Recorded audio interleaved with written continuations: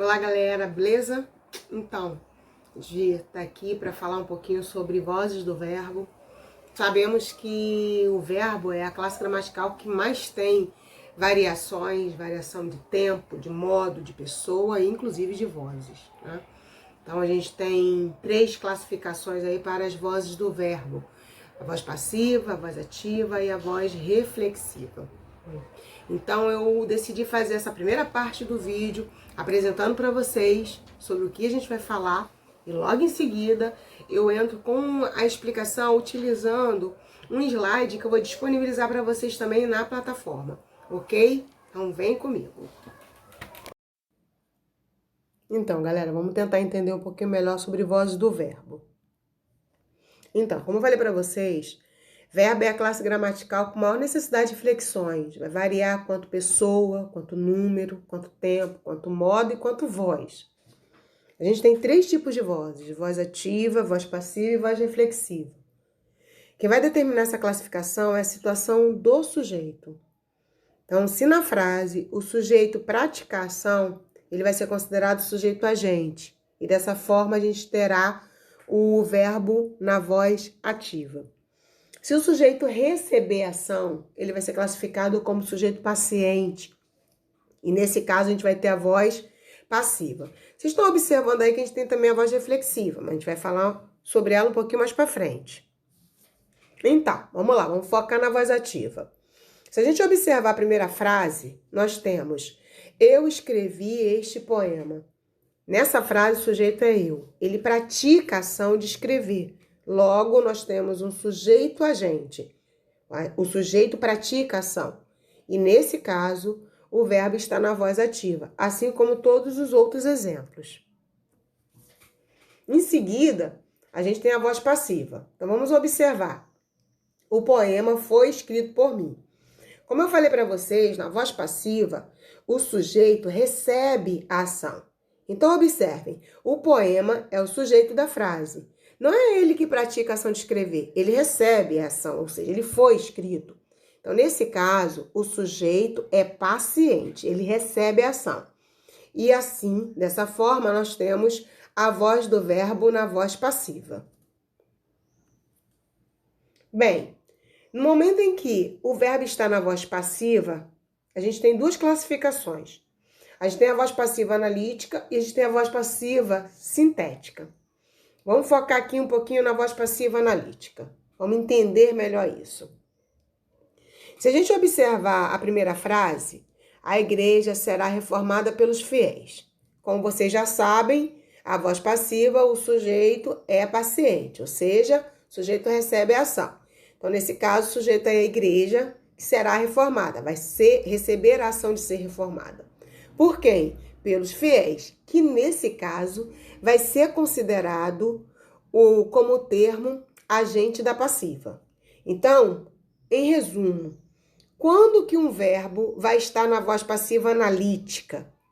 Vai ter a seguinte estrutura: a gente precisa de um verbo auxiliar, né, que na maioria dos casos é o verbo ser.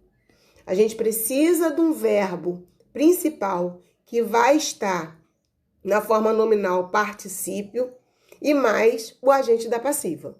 Então, se a gente observar a primeira frase, teremos será reformada, que é a locução verbal formada pelo será, que é o verbo ser, mais o reformada, que está no particípio, seguido aí pelos fiéis, que é o agente da passiva. Assim como podemos observar também na letra B, o hambúrguer é feito por mim. Então, nós temos o sujeito paciente, a locução verbal formada por um verbo auxiliar, mais o particípio e o agente da passiva. Porém, o agente da passiva, ele não é obrigatoriamente, ele não está obrigatoriamente presente na estrutura, ou seja, ele não precisa vir escrito na frase. A gente pode ter a voz passiva analítica sem necessariamente termos a presença de um agente da passiva, como a gente pode observar no terceiro exemplo. A estrada será interditada amanhã, né? Ou seja, a estrada é o sujeito, um sujeito paciente que receberá a ação, é ela que será interditada, mas a gente não sabe quem vai interditar. Logo, o agente da passiva nessa frase, ele não aparece explicitamente. Então, vocês podem estar se perguntando aí, se o particípio é invariável, como é que a gente faz a variação temporal nesses casos? Eu dei para vocês uma frase na voz ativa e fiz a mudança para a voz passiva para vocês entenderem bem como é que isso funciona. Então, como o particípio é invariável, quem vai fazer a variação temporal é o verbo auxiliar. Então, se a gente observar a frase A e a frase B, o que a gente tem? Rosa fez a lasanha. A gente tem aí Rosa, que é o sujeito, agente. Então, nessa primeira frase, a gente tem a voz ativa do verbo, né? Que está no pretérito perfeito do indicativo. Vamos supor que eu quisesse transformar esta frase para a voz passiva. Então, como é que ficaria? Exatamente como está aí na letra B. A lasanha foi feita por Rosa. Então, a lasanha vira sujeito paciente. Passamos a ter uma locução verbal, foi feita, e por Rosa vira agente da passiva. E aí vocês observam que o verbo fez vira a locução verbal, foi feita, no pretérito perfeito, e aí quem sofre a variação do tempo é o verbo auxiliar ser, que passa de fez para foi. E a voz passiva sintética, né? Como é que ela é formada? Então, a gente não tem a presença de um agente da passiva e, basicamente, o verbo vai estar na terceira pessoa mais um pronome passivador se. Então, vamos observar. Concluiu-se, através de pesquisa, que a taxa de natalidade vem diminuindo no Brasil. Se vocês observarem, a gente tem aí o verbo na terceira pessoa do singular, né, que é concluiu, acompanhado de um pronome ser, que nesse caso é um pronome apassivador.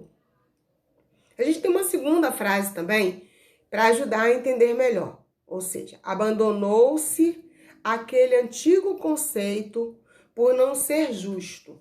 Então, se vocês observarem, a gente não tem um agente da passiva, né? A gente tem um sujeito paciente que vem depois do verbo, vem depois da ação, né? E a ação aí está representada por um verbo na terceira pessoa do singular, mais o pronome passivador ser.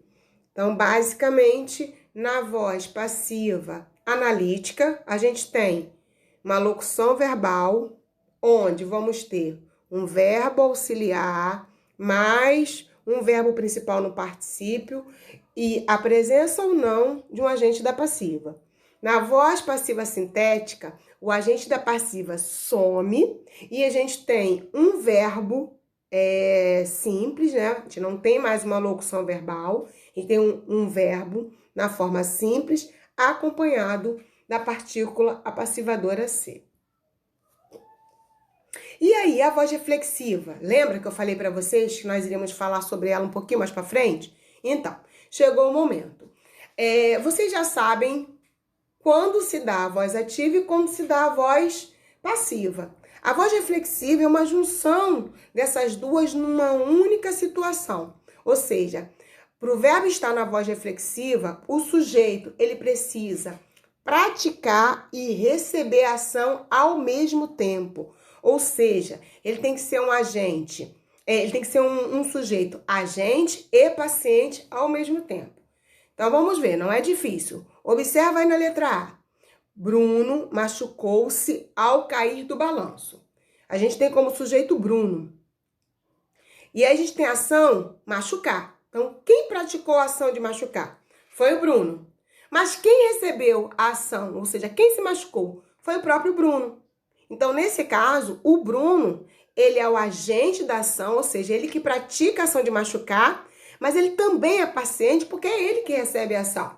Então, nesse caso, a gente tem uma voz reflexiva, tá? Em resumo, a voz reflexiva é quando o sujeito pratica e recebe a ação ao mesmo tempo. Então, vamos observar outros exemplos. Maria arrumou-se para a festa. Então, quem arruma? Maria. E quem é arrumada? A própria Maria. Logo, Maria, ela pratica e recebe a ação ao mesmo tempo, que é o caso de todos os outros exemplos que vocês têm aí no slide. Galera, ficamos por aqui. Façam as atividades que estão na plataforma. Estou à disposição de vocês e a gente se vê logo, logo. Beijo grande para vocês.